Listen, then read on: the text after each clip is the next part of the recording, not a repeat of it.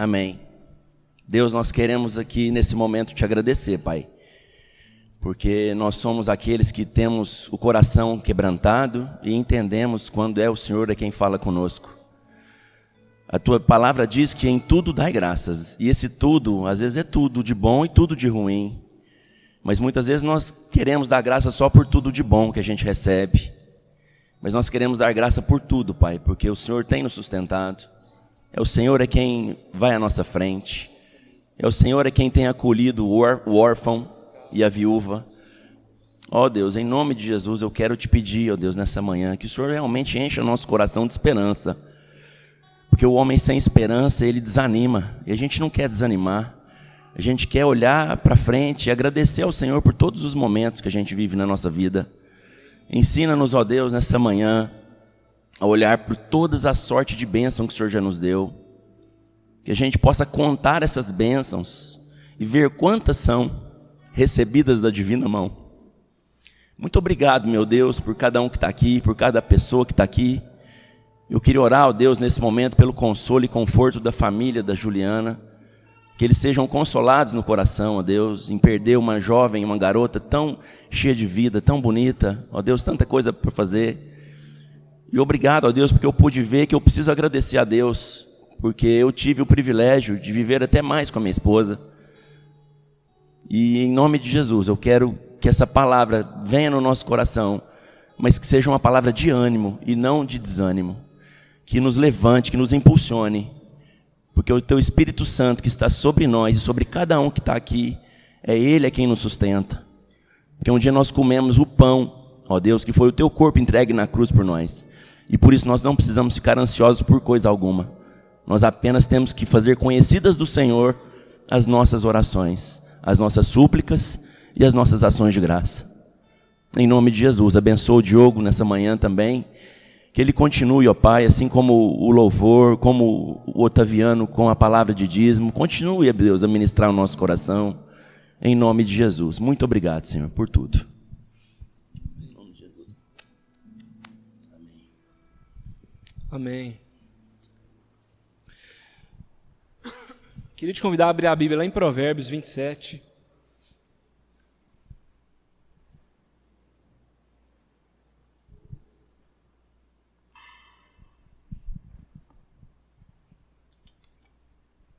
Hoje a gente encerra nessa série desse mês de abril, no qual nós tratamos aqui sobre a fome, né? E nós abordamos aqui vários aspectos, né, sobre a fome.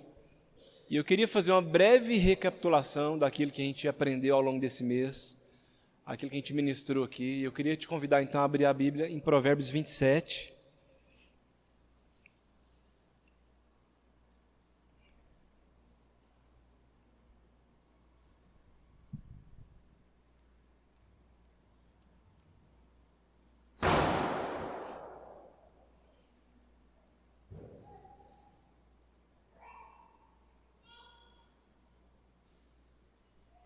Versículo 7. Então diz assim: a alma farta pisa favos de mel, mas a alma faminta todo amargo é doce. Se a gente lembrar, o primeiro domingo desse mês a gente falou sobre esse texto, né, de Provérbios 27, 7, no qual a gente falou muito aqui a respeito do quanto, na verdade, é importante a gente olhar para a nossa vida e a gente nos colocar num lugar, né, diante de Deus, no qual nós temos fome, né? Fome por conhecimento, fome por algo novo, fome por experimentar coisas novas na nossa vida. A palavra de Deus fala aqui em Provérbios, nesse texto, que quando nós estamos fartos, né? Quando a nossa alma está muito cheia, quando na verdade a nossa alma está farta em si mesma, a gente corre um grande risco de até mesmo desprezar aquilo que é bom. Então a Bíblia fala que a alma farta pisa favos de mel e ela não reconhece isso. E aí a palavra de Deus diz que, ao mesmo tempo, a alma faminta, até mesmo amargo, se torna doce. Eu quero fazer questão de voltar nesse texto, para a gente não nos esquecer disso. Assim, essa série foi assim, uma bênção na nossa vida, a gente pôde aprender muita coisa ao longo desse mês todo. Mas eu quero relembrar esse texto e deixar essa palavra muito forte na sua vida, para que você nunca se esqueça disso. Para que você nunca entre nesse lugar, para que você nunca chegue na sua casa, para que você nunca entre no seu trabalho, para que você nunca faça nada na sua vida farto em si mesmo.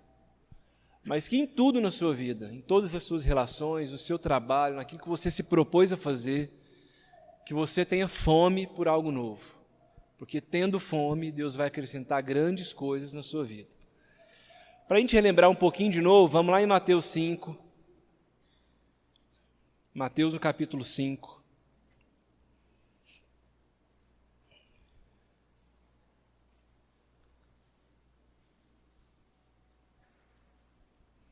Versículo 3. A palavra de Deus fala, Mateus 5:3. Bem-aventurados os pobres de espírito, pois deles é o reino de Deus. Bem-aventurados que choram, pois serão consolados. Bem-aventurados humildes, porque herdarão a terra.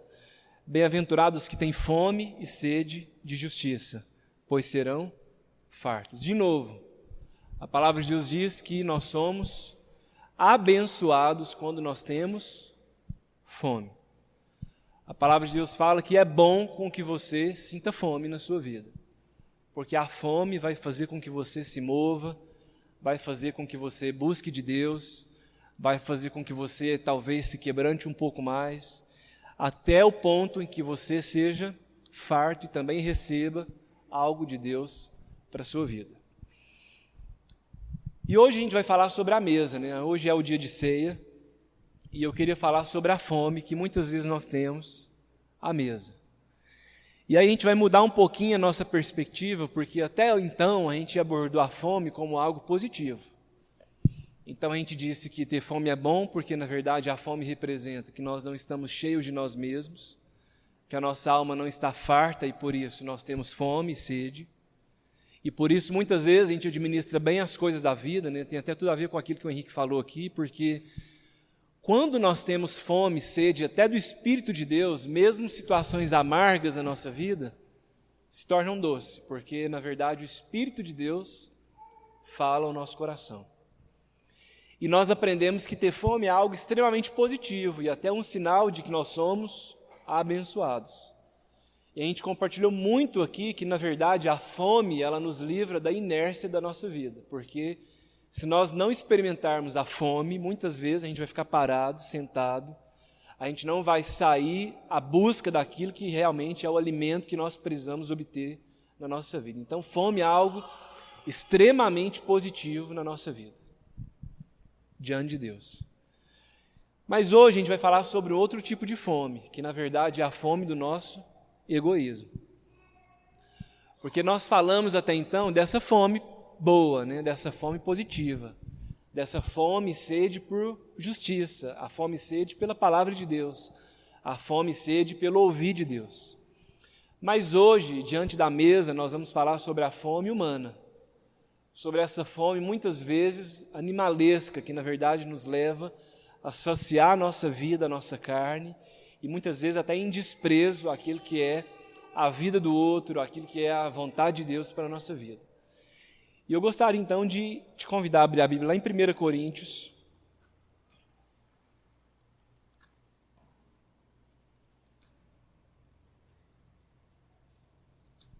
Primeiro Coríntios 11.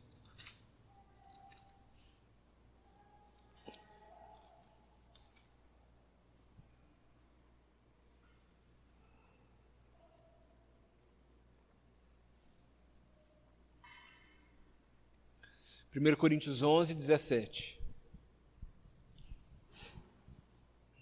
Então, em algumas Bíblias, né, vai estar escrito aí a ceia do Senhor, né, como um subtítulo desse capítulo. E é o que nós vamos falar nessa manhã.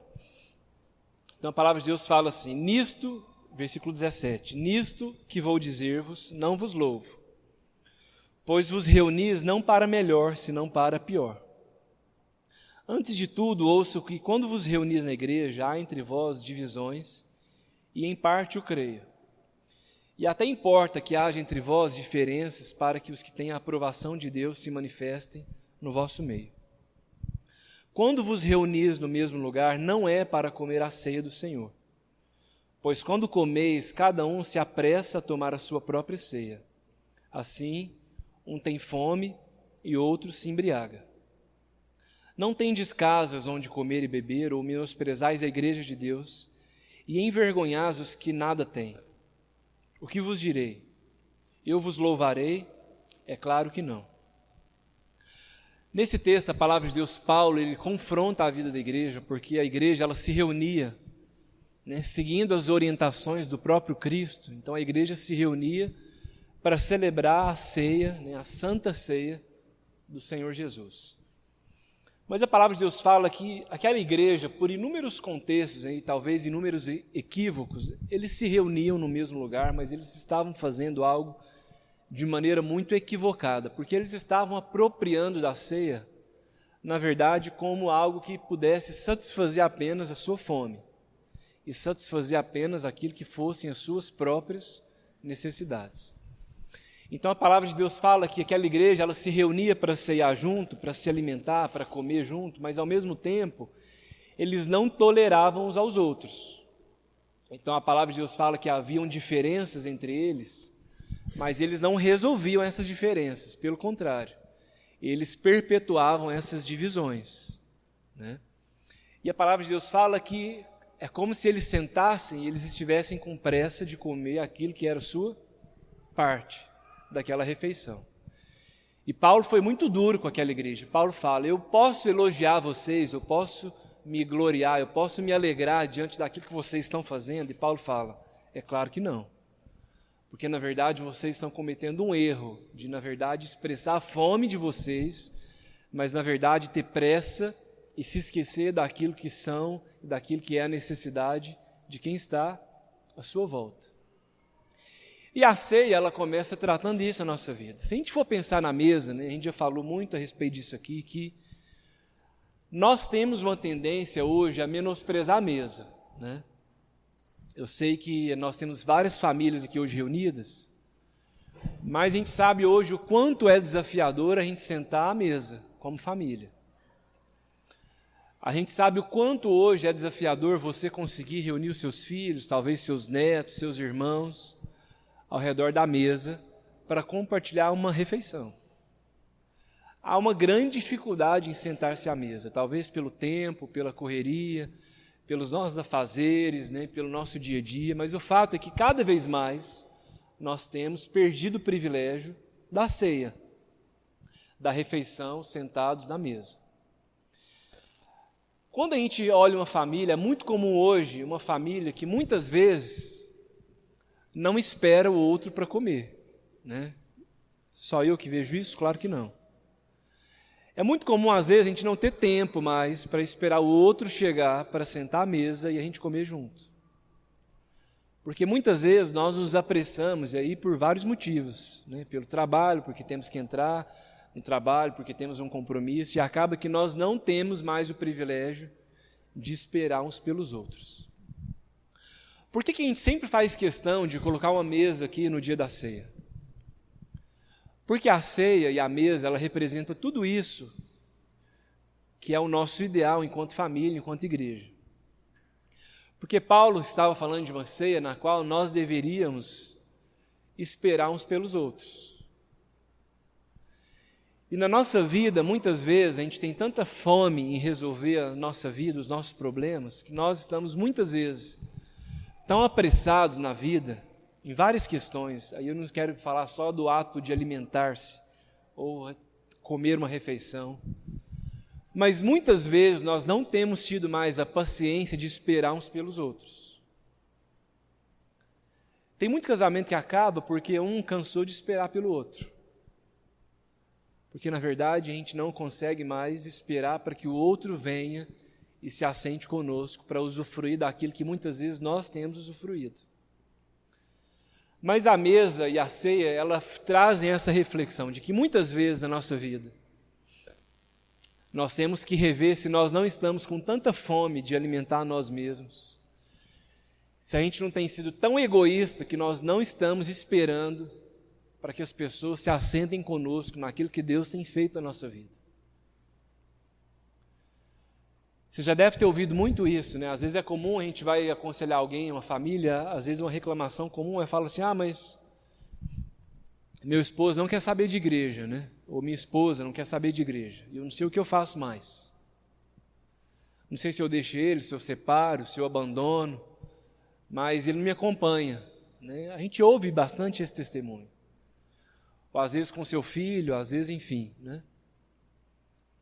Se a gente parar para pensar, a palavra de Deus fala que muitas vezes essa esposa ganha o seu marido em silêncio. A palavra de Deus fala isso. Que a esposa cristã, ela consegue converter o coração de seu marido muitas vezes em silêncio. Ao mesmo tempo que o marido consegue edificar sua esposa com a palavra de Deus. Muitas vezes nós não temos a paciência de esperar por esse plano de Deus na nossa casa. Porque muitas vezes a gente tem perdido o costume, espiritualmente falando, de assentar à mesa, de montar a ceia e esperar para que os outros comam conosco. E aí a gente usa de inúmeras desculpas, porque nós temos fome, porque eu tenho fome e eu quero satisfazer minha alma e eu quero satisfazer os meus desejos. E aí por isso eu me apresso em comer rapidamente aquilo que muitas vezes eu até entendo que Deus está acrescentando à minha vida. E aí a palavra de Deus fala que nisso nós não deveríamos nos alegrar, porque nós deveríamos esperar uns pelos outros. Nós deveríamos esperar uns pelos outros. A mesa traduz esse lugar onde nós esperamos uns pelos outros e onde nós temos o privilégio de olhar nos olhos uns dos outros, né? Sabe por que muitas vezes as pessoas não sentam na mesa? Porque a mesa é o lugar onde muitas vezes nós somos desafiados a olhar uns nos olhos dos outros. Tanto que nós acreditamos que o momento de maior intimidade entre amigos, né, entre irmãos, entre uma família, é quando esses amigos se sentam na mesa uns dos outros. Porque uma coisa é eu te chamar para um bar, uma coisa é eu te chamar para a gente sair junto, uma coisa é eu te chamar para a gente ir num jogo, outra coisa é eu te convidar para você se assentar na minha mesa. Porque nesse momento a gente partilha da nossa vida, a gente olha uns nos olhos uns dos outros, a gente abre muito mais da nossa intimidade, a gente cumpre a palavra de Deus, que nós não nos apressamos, mas nós queremos até desenvolver a nossa relação de amizade, de irmandade, de comunhão. E é por isso que a Bíblia fala que, independente até das divisões, a gente ouve tantas famílias hoje, né, que não se assentam na mesa, por quê? Por divisão. Porque talvez os irmãos não se falam, e a gente não combina com o sogro ou com a sogra, e aí a gente acha tudo irritante, a gente não tem paciência, a gente não tem estômago para isso, e aí o que a gente faz? A gente abandona a mesa. E aí cada vez mais a mesa se torna um lugar mais distante de uma família que às vezes perde esse hábito e esse costume tão importante, tão rico, que é você se assentar na mesa. Tem muita gente que só se assenta na mesa para matar a fome. Então você já viu aquela esposa toda romântica, que às vezes prepara o jantar, prepara a mesa, né? Faz tudo com tanto cuidado, aí o marido chega, bate um prato de comida, levanta e vai para o sofá. Porque muitas vezes a mesa é só um lugar de matar a nossa fome. E não um lugar da comunhão, não um lugar de olhar no olho, não um lugar de pedir perdão, não um lugar da gente orar, não um lugar da gente saber do nosso dia, não um lugar de aprender uns com os outros, não um lugar da gente esperar uns pelos outros, não um lugar da gente liberar perdão, da gente abrir mão do nosso eu, e às vezes a mesa é só um lugar de matar a fome. E aí não tem graça. Não tem graça a gente preparar um jantar para alguém ir lá, sentar 5 minutos e se levantar e ir para a sala. Porque isso é um sinal de egoísmo. De egoísmo. E aí a fome, ela perde toda aquela questão positiva que nós falamos nos últimos domingos, a fome que nos refrigera, a fome que faz a gente mudar a nossa perspectiva, a fome que faz a gente rever os nossos conceitos, a fome que faz a gente querer algo melhor para a nossa vida, a fome que nos leva a um lugar onde nós não estamos ainda, mas podemos estar, essa fome positiva, e muitas vezes ela se transforma numa fome extremamente negativa, egoísta, arrogante, presunçosa, que na verdade busca só os seus desejos, a sua vontade. Eu sei que eu estou compartilhando aqui o extremo, né? Mas é um extremo que primeiro a gente vive no nosso dia a dia, porque muitas vezes a gente tem pressa, a gente quer sentar, comer e ir embora. Mas um contexto que espiritualmente trazendo aqui, isso tem tudo a ver com a nossa vida hoje. Porque uma das grandes dificuldades até da igreja é, na verdade, sentar à mesa. É esperar uns pelos outros, é repartir da sua vida, é repartir do pão. E por isso que Jesus na sua imensa sabedoria, ele disse isso, que até que ele venha, a igreja deveria manter essa tradição, manter essa palavra, manter essa lembrança de trazer à nossa memória aquilo que Cristo fez ao nosso favor. E Cristo ensinou para que nós pudéssemos lembrarmos dele como? Na mesa. O último ensinamento que Jesus trouxe aos seus discípulos, ele trouxe sentado na mesa. Ele chamou os seus discípulos, ele os colocou na mesa e ele então deu uma palavra empenhada para que eles pudessem então ouvir. E é por isso que, como igreja, eu queria dar uma palavra nessa manhã, para que a gente tenha fome de Deus. Mas para que a gente nos lembre também, para que a gente não caia nesse pecado dessa fome negativa. Da fome que, na verdade, distancia as pessoas de nós. Da fome que, na verdade, nos aproxima muito a um animal. A um animal. A um animal que quer satisfazer a sua fome, as suas vontades, os seus desejos, mas que pouco se importa, que, na verdade, com o outro. Um animal que prefere encher sua barriga, o seu estômago, mas que não reflete, não pensa em resolver as diferenças, em liberar perdão, em rever a sua casa, a sua família, a igreja. Sabe por que a gente começa o nosso culto aqui todas as manhãs com café? Porque nós entendemos a importância da mesa. Isso não é uma cobrança, viu? Fique à vontade. Mas muitas pessoas, às vezes, acham difícil tomar o café da manhã, porque o café da manhã também representa o momento da mesa.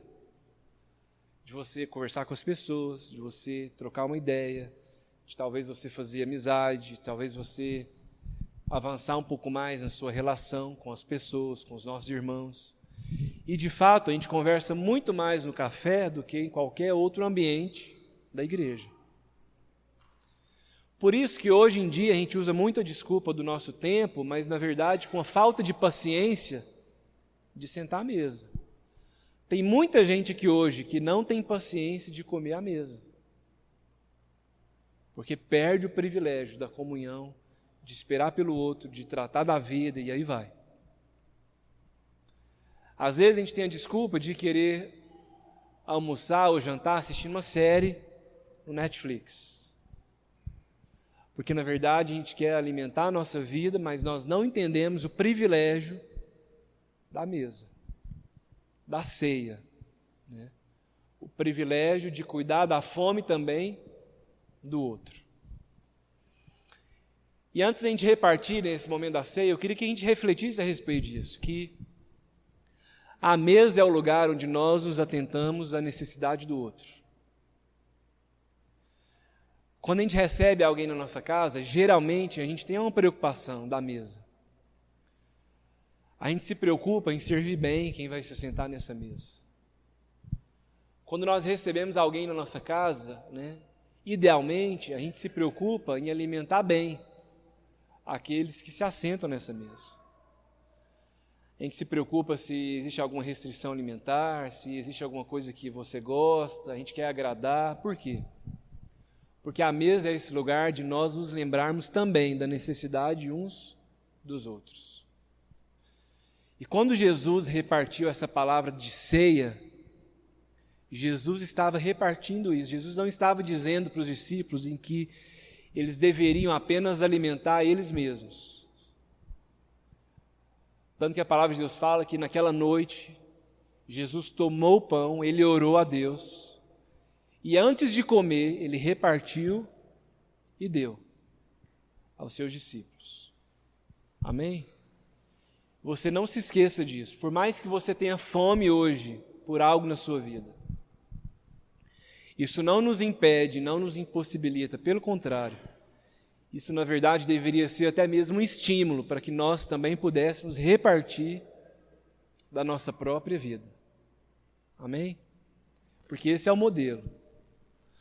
O modelo que a gente tem que trazer para a nossa família, para a nossa casa, para a igreja, é da gente preparar uma mesa, da gente trazer um alimento, da gente esperar uns pelos outros, da gente ter paciência em esperar para que as pessoas se assentem nessa mesa. E uma vez todos assentados na mesa, a gente olhar uns nos olhos dos outros, a gente repartir da nossa vida, a gente dar uma palavra, e antes de se apressar em comer, a gente repartir e oferecer aquilo que Deus tem falado e tem feito na nossa vida. Isso é muito sério, porque hoje em dia nós temos uma grande tendência ao egoísmo, em querer preparar uma mesa e nos apressar para nos alimentar, para comer, sem entender que Deus deseja fazer com que você reparta nessa mesa. Amém? Quer chamar o Arthur aqui? O Arthur vai nos conduzir nesse momento da ceia. E você não esqueça disso. Deus não colocou essa mesa aqui hoje para que você simplesmente alimente a você mesmo. Porque essa fome, ao contrário de tudo aquilo que a gente falou, é algo extremamente negativo para a nossa vida. Amém?